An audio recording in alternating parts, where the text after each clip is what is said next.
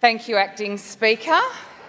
And it has been a wide-ranging debate, but I am always more than happy to participate in a debate centred around energy, and the Victorian Energy Efficiency Target Amendment, Energy Upgrades for the Future Bill 2025, it gives me another opportunity because it has been such a wide-ranging debate, but it does give me another excuse to put forward my community's view on energy and the reasons that the member for Bayswater asked about in his contribution, the reasons that we oppose energy bills. I mean, this one, of course, there has been a reasoned amendment, of course, submitted by the Shadow Minister, of course, relating to the review, and why wouldn't you finish a review before legislating and amending bills? But like I said, Acting Speaker, energy bills give me an opportunity to discuss my community's perspective. And last Sunday, the Speaker of the House and I participated in a Women Climate Congress panel around, obviously, the climate change and renewables. Now, no one's saying that we don't want a cleaner future, a cleaner, greener future. We just want it well planned and well done, right the first time.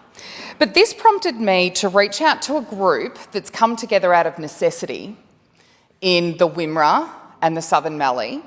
Up through the member for Murray Plains was discussing the project VNI West, transmission lines to get that renewable energy that we are producing in the north of Victoria to the city. I reached out to this group, Farms for Food, and I have been talking a lot to this group. They advocate really well in a measured, considered, appropriate way. They do it so well. And like I said, this group has come together out of necessity, and they are very, very good. They are very clear in their messaging. So I reached out to them and said, look, if you could get something on the record, what would it be? So I'm going to refer to my notes through this because I don't want to leave anything out. What Farms for Food had to say was this: I guess it's really about destroying the very fabric of our communities and lives. It's insidious and impacts us on every level. It's destroying the social fabric. People are divided.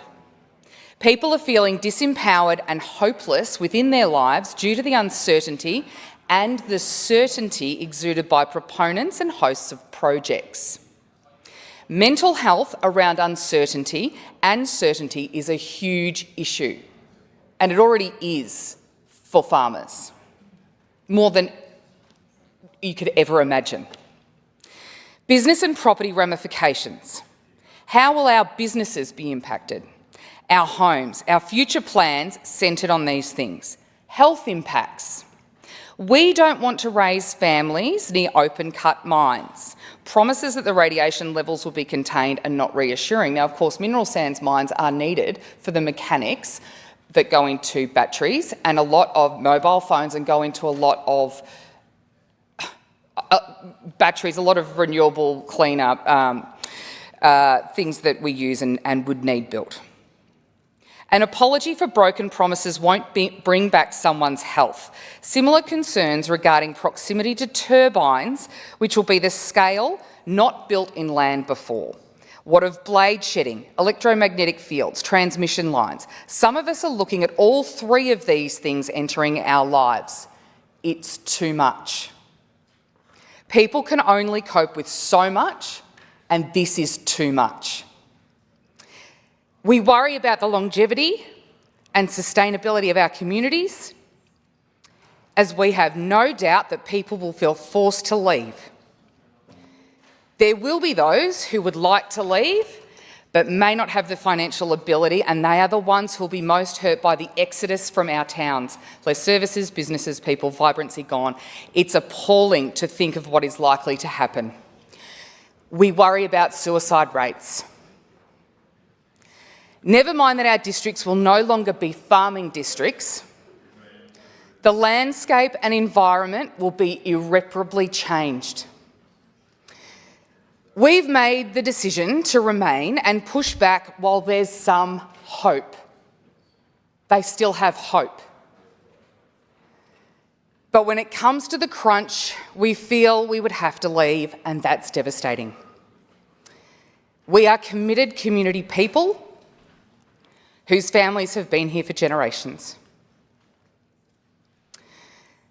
Leaving has its own set of issues.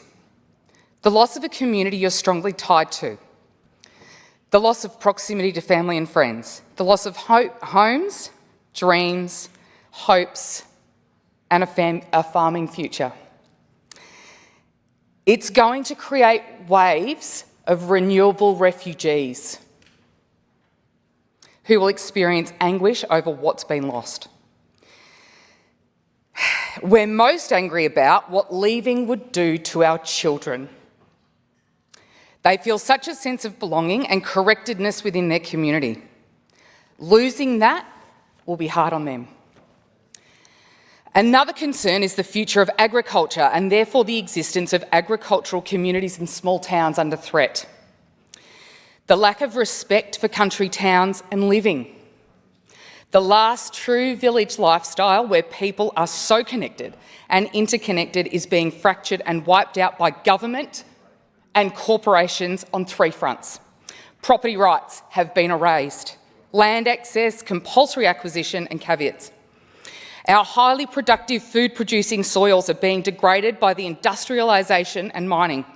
It should be protected for food security into the future. Land banking.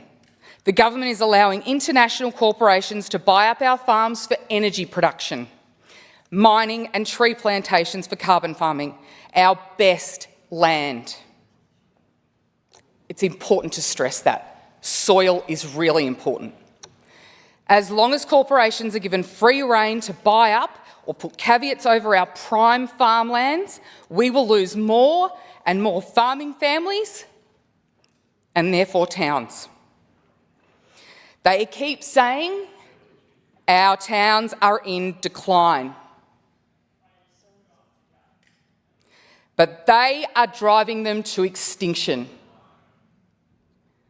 through poor planning, money grabs, and I'll add poor policy decisions and a reckless drive to renewables without proper planning.